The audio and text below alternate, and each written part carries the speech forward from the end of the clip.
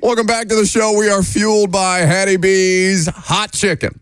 What are you laughing about? Your microphone's off. That's because y'all Aren't you a broadcast professional? I'm not even in here. That's my that's the first time in the history of him being on this radio station that he said, no, I'm not in the building. Yeah, I'm not in the building.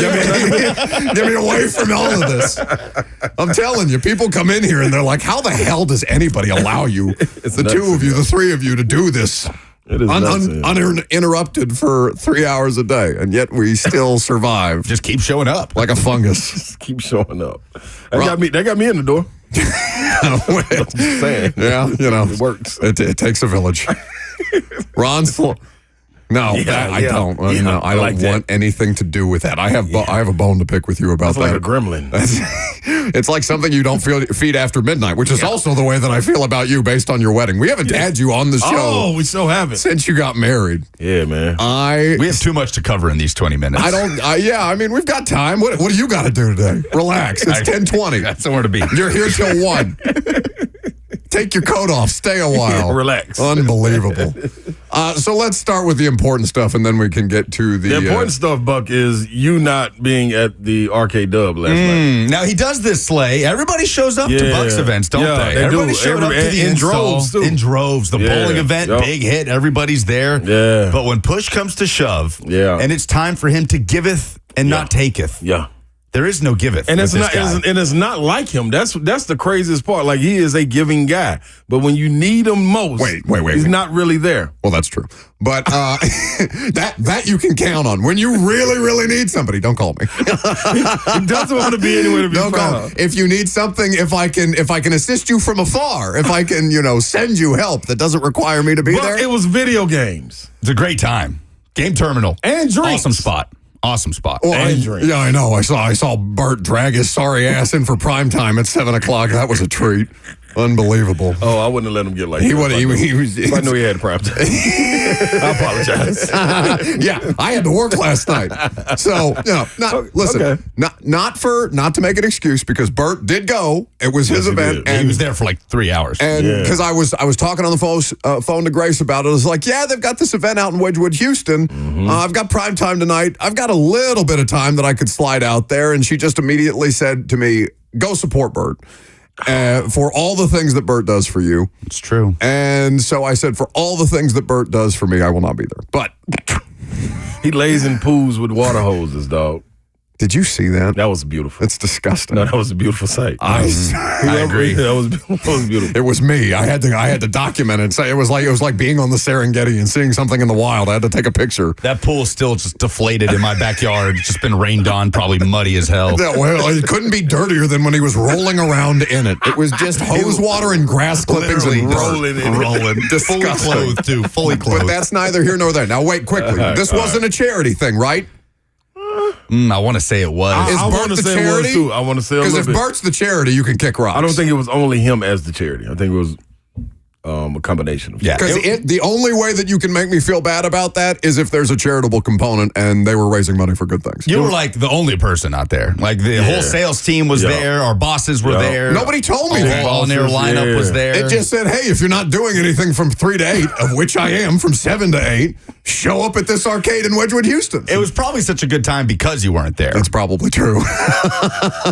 Man, you might have just nailed it. You don't want to. What are you gonna play video? What am I gonna do at a video game arcade? What are you gonna do with me? All kind of games. Are you kidding me? Yeah, you could have tapped back into your childhood. You could not get Slay off the NBA Jam, buddy. Childhood. I've been 75 my entire life. Okay, what childhood?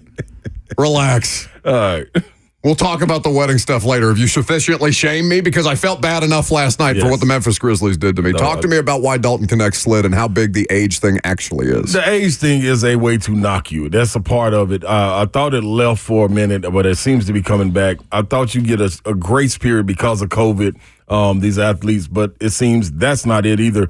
The biggest part of it is European guys coming over and owners and GMs, scouts, afraid to miss the hidden gems. You know what I'm saying? Like, how many of these guys that were taken in the top 15 picks or top 16 before Dalton when you're talking about the European guys, and even after, are going to play right away or have an impact right away. The young man that was taken to the New York Knicks, we know he's not going to play. He's a wing or / point guard. Jalen Brunson's job is there. They just got OG Anunoby re-upped. So, and then the young man from Brooklyn, they just signed him. So those spots are taken. Mikal Bridges. Mikal Bridges, yeah. So you got so many different guys right there. DiVincenzo, like you're not going to play him.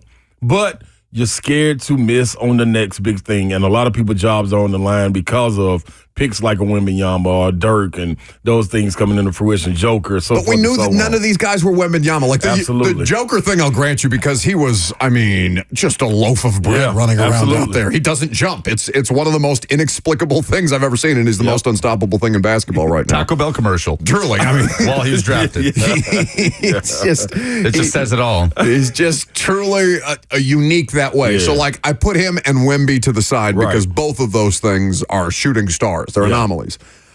I understand that is as much of what the draft process is, whether it's the NBA, the NFL, or what have you, because Josh Allen exists for that reason. Out of Wyoming with a completion percentage that's below 50%, and still he's a first round draft pick. But in basketball, I would think that there would still be that level of, all right, I need somebody who can fundamentally fill a role for my offense. And I thought that was going to make the most sense for the Charlotte Hornets and Dalton Knecht, even though that was probably, buying at the highest point of where he could have been drafted, where they picked 6th overall. To see him slide 11 spots more and see teams devalue what I would think they would fundamentally value was the thing that, always surprises me about this, but everybody's opinions. My opinion is subjective. Their opinions are based on tape study that I do not have, so I'll defer. Yeah, but this is the thing.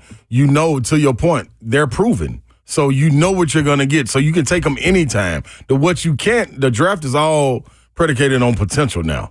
That's the only thing it is. That's why you see 18, 19-year-old guys going in the draft, and the guys that are 22, 23 that are proven unanimous All-Americans, like outside of Zach Edey, you know what you're going to get. So you can plug and go. You can take them later in the first round, and the way it's slated now, with not the first round contracts not being that long of guarantees, you're going to get out of your contract anyway. So they would rather lock up the potential and groom them to try to come in and hopefully get a spark out of them, and then you get a Luka Doncic or something like that. But they don't want to miss that. You can miss on a Dalton Knecht that's proven and go find another one. That's the way they feel. I can find another 24-year-old. I can find another 25-year-old. I can't find another 18-year-old that may blossom into an NBA superstar. That's what they're gonna put it on every time. And that's not the way it's supposed to be. Early 90s, 96 draft and all of that, Antoine Walker, Marcus Camby, those guys were sophomores and juniors coming out. And they had to be forced out of college.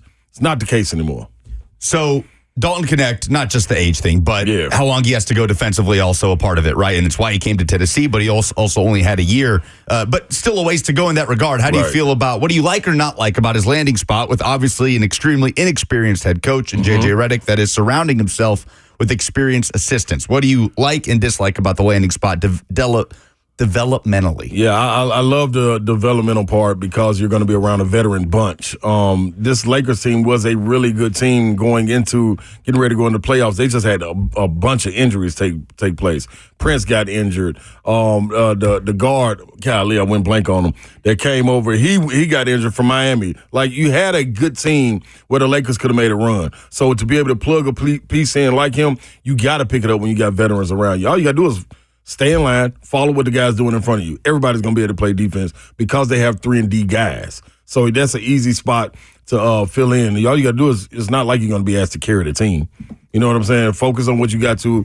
Commit to keeping a guy in front of you for 2 dribbles. Dalton Knecht can do that. He's athletic enough to do that. He's long enough to do that.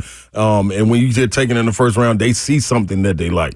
And more so than that defensive part, you need to be able to knock down the open shot. Outside of Austin Reeves, who was the person knocking down the open shot? No one. Yeah. You know what I'm saying? So you'll be able to open up the floor, let AD be able to do what he's going to do, and depending on what they do with LeBron, it opens up the floor for him. Ron Slay is here with us, 3HL 3 to 6 later this this afternoon. Of course, the Boom Boom Room always ready. You can check out his interview, the show's interview with Will Levis that they did a week ago today. It's available on the Zone's YouTube channel. Make sure you subscribe.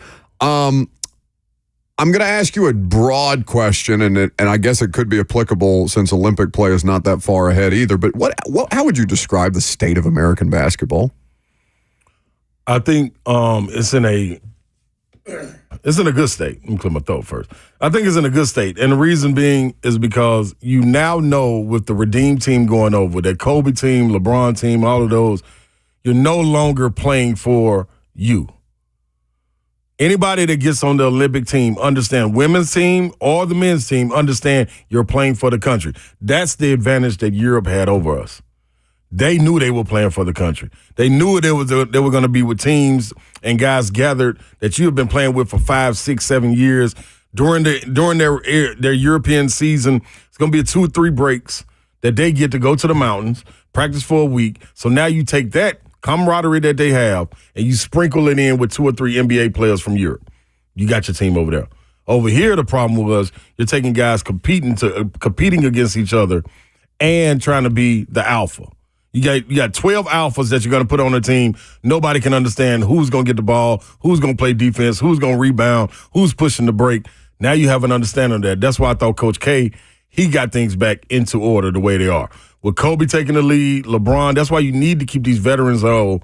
Kevin Durant, Steph Curry, LeBron, all these guys have to play to be able to pass the torch down to guys like Ant-Man, Joel Embiid, Paolo Banchero, so they can understand what it is like to play. When they walk them in that room and you saw Grant Hill and them hand them the USA jersey, you saw it on their face. It was totally different now when you accept that jersey. Oh, man, I get to play for the USA. You know what I'm saying? It's not a vacation. It's not we going over here to kick it. We're going over here for a job, and everybody understands it now. So I think it's evened out. If you would ask me this before that Redeem team took place, I would be like, man, they're on our heels, and they catching us. Competitively, they are, for sure. But as far as us understanding what we're going to play for, totally different. Well, I ask not just in the context of the Olympics, because not only are the first and second overall picks international players last night, but it does feel like the European basketball movement has found a way to get ahead of the curve where international players were knocked, it seems, for the longest time because of whatever their level of competition, you know, it not being American basketball, how do you translate to the league and things like that. And that's been disproven time in and time out. But when I ask you the state of American basketball, it's not just about the Olympics, although that has a huge part to play in, you know, the interest and the way that prospects continue to lean in on that. But I'm just kind of curious how you view it within the context of international basketball, because you've had good context on both. Yeah, when you look at the NBA game now, it's translated to the European style. It's all transition. You don't see, with the American game at first, was come down, you can run a box set, or you can have 2 guys exiting underneath with 2 screens and setting up plays. That's no longer the idea of it. The ball is, get the ball to whoever's running the offense, bring the ball up, drag with the big man in a pick and roll, try to get the mismatch. That's European style. Open floor. That's why the difference and the separator is when guys come over from Europe, they don't understand when the last 4 minutes of the game happens, because it's no longer just pick and roll. It's about going to matchups and can you stay in front of me. So when you talk about D'Antoni, Popovich, all of these guys ushering in the European style of basketball, that's where the game is. That's where it's always going to be until things have to go back and change. That's why I think it's different for the big man. If you can't shoot, you can't play. That's why it's almost a wonder, like, what are they expecting out of a guy like Zach Edey? I don't want to talk about it. You know what I'm saying? But it's just like his game doesn't necessarily translate where a Porzingis does, a Joel Embiid does, a Jokic does. These guys can play because you're playing perimeter-oriented, nobody underneath, there's so much space. That came from Europe. You always play with 1 guy underneath and 4 guys around. That's what you're playing with now in America. Well, I'm curious about the Edey thing, because we saw Oscar Tshiebwe be the most dominant post player in college hoops for 2 years, goes undrafted. We see Zach Edey be the most dominant player in the post for 2 years at the college level. He's a top 10 pick. Yep. What besides Edey being 7'4" and Sheboy being 6'8" is the difference? Or is I don't know. You may have answered your own question. That's a big answer, but he's more polished. Zach Edey is offensively. You could actually give him the ball on the block and get a move, even though he overpowers everybody. He's taller than everybody. He don't really have to do a move. He could act like Shaq, but he didn't need to. He could do a turnaround jumper. He could do a hook shot. Oscar Sheboy had to bang, bang, bang, throw the ball on the rim, go get it like he was Moses Malone or something. That doesn't work. And nobody's slowing their game down for you, Oscar Sheboy, to give you the ball inside. Know you're going to miss, get the rebound. We got other guys for that. You're a piece. Zach Edey is totally different because you can give him the ball and he can be the catalyst for your offense. I just don't know how he does that with Jackson, John Morant, Bane, all these different weapons out there. Like, who's slowing down to say, let's give Zach Edey the ball? In this style that you just mentioned that the European has ushered into the NBA game now. Because you can't, one would think, leave him on the court. But, like, I can, as much as I despise the idea of Zach Edey, I don't hate him personally. Yeah, and I hear, tremendous really things. He's the National Player of the Year for a reason. He is excellent, to his credit. But I think of him, when I look at him, and it's not just because they're both 7'4", but I think of him in the same way that I think of Boban. Mm-hmm. Like a player who can give you things, can give you minutes offensively, but you know that at some point he has to come off the floor. It's like a reverse Gobert. Yep, that's hit it on the head. That's exactly what it is. So he's more polished offensively inside of 14 feet, though. That's the only thing I'll give Zach Edey. Boban won't score like that. Rudy Gobert, we saw him shooting shot put floaters off of the scoreboard, and it was like, what are you doing? But they had to take him out the game. So you don't have to do that with Zach Edey. Those are those moments where you hear that the entire NBA just hates Rudy Gobert, and then you say, why? Why? Besides him coughing on microphones and things like that, rubbing the mics. Rudy Gobert single-handedly starting COVID in the world. No, I'm kidding. What are you doing with Gobert? But it's Zach Edey does bring something. It's like he's a different throwback in a sense because he can score. Like a lot of bigs are now, when you talk about Donovan Klingman, if they wanted to get him, he's a rim protector, lob. That's it. Maybe get a 10-foot shot every now and then, but he knows he's not going to get the ball. Zach Edey expects to get the ball. That's why I don't understand how this is going to work. Defensively, it's going to be a problem. If you got Porzingis on your team, you're just going to go pick and pop and tell Zach Edey to go out there and guard him. You got Joel Embiid. Same thing. You're going to tell him to go out there and guard you. They go small. You got Paolo Banchero down there. Vujacic, you're going to tell him to go out there and guard him. It's not going to work. So what makes it up? Jaren Jackson does not want to be inside. So that's the ace in the hole that Zach Edey has that he can remain on for. Jackson, his man 6'11", averaging 5 rebounds. It is. I mean, and I remember that being a conversation. It's not nearly the same kind of player, but I remember that being such a big conversation around Anthony Davis. Yeah, same thing. Like just doesn't want to be in the post. Him and Boogie. When him and Boogie Cousins were together, that's why he thrived. So in theory, but Jaren Jackson Jr. is not Anthony Davis. Nope. Not even close. Nope. So the logic there is what infuriates me even more. And other to than your being point, spat in my face because Zach Edey is in the state of Tennessee. Going down the stretch, it's about matchups. Yeah. Minnesota was built to beat Denver. Okay, Memphis, y'all are built now, to compete with Denver. But what happens outside of that? What you going to do with Minnesota when they go small? What you going to do with the Lakers? What you going to do with Houston? Like, all of these other teams, Dallas would eat them alive in pick and roll. Luka would throw lobs all day long, just like UConn did against Purdue. So it's going to be interesting how it play out. You got to work it out. Dalton Knecht, after he gets drafted yesterday, does shows the lining of his jacket with the Tennessee stuff. He shouts out the baseball team, gives a big shout out to the Vols. He's passing the torch down to Chaz Lanier, the transfer from North Florida, local guy, right? Ensworth School, I should say. Can you explain what the Kevin Durant challenge is? And what Chaz Lanier did very recently that no other Tennessee basketball player has done under Rick Barnes. So the Kevin Durant challenge is you have 7 spots around the three-point line. You have to make 9 out of 10. You only get if you miss 2 shots on that one spot, you have to go back to the beginning. So you can make it all the way to the end. You miss one, you start all the way over. So it essentially went 63 for what?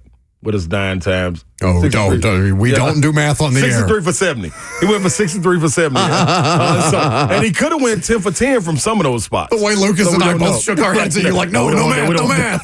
But that's the thing, man. So I saw Bruce Pearl had something similar with Chris Lofton. They called it the Chris Lofton drill. You had to make five shots in 5 different spots on the three-point line, but you started at 1. And you went 5 different spots, 1, 1, 1, went all the way back around 2, 2, 2. You couldn't miss it. CeeLo was the only person I ever seen do this. Juwan Smith may have made it once, but KD is the only one that made this KD drill, hence the name. Mm-hmm. And Chaz Lanier did it on his second go. That's disgusting. First to complete the drill since Kevin Durant. Yes. That's on his second try. Like, you got to understand the rigorous workouts that they've been put through. This ain't like you walking in the gym and say, all right, Chaz, you fresh, let's go. To do this with no legs? Yeah. That's crazy. Yeah, it's different, man. So the man shoot the cover off the ball. The only thing he got to work on is strength, and he's going to get that because of the strength coach, and being able to handle the ball on pick and rolls. Is because it's a different level as far as what we saw with Dalton struggle with some as well. So it's be time ready by SEC. Well, it's going to be a fascinating thing to watch, certainly come basketball season. Ron Slay, 3 to 6, 3HL. Time for the midday nap? Most definitely. I'm going to have to get this food first. Yeah. He's going to crawl under the console here. He's probably got a segment in like 2 hours. Bert, leave a cotta under there for me. Yeah. Send me to the shadows. Get your ass to the shadows. That's what it sounds like in reverse. I still haven't forgiven that man for making me and Grace take a shot at Don Julio at 3:30 in the morning before I got on the plane home from his wedding. Do you know what I would have done to you if my girlfriend would have thrown up on that airplane next to me? That was beautiful. People don't understand how I have never in my life wanted to just keel over and die that way, Sly. That was a great time. That was a great time.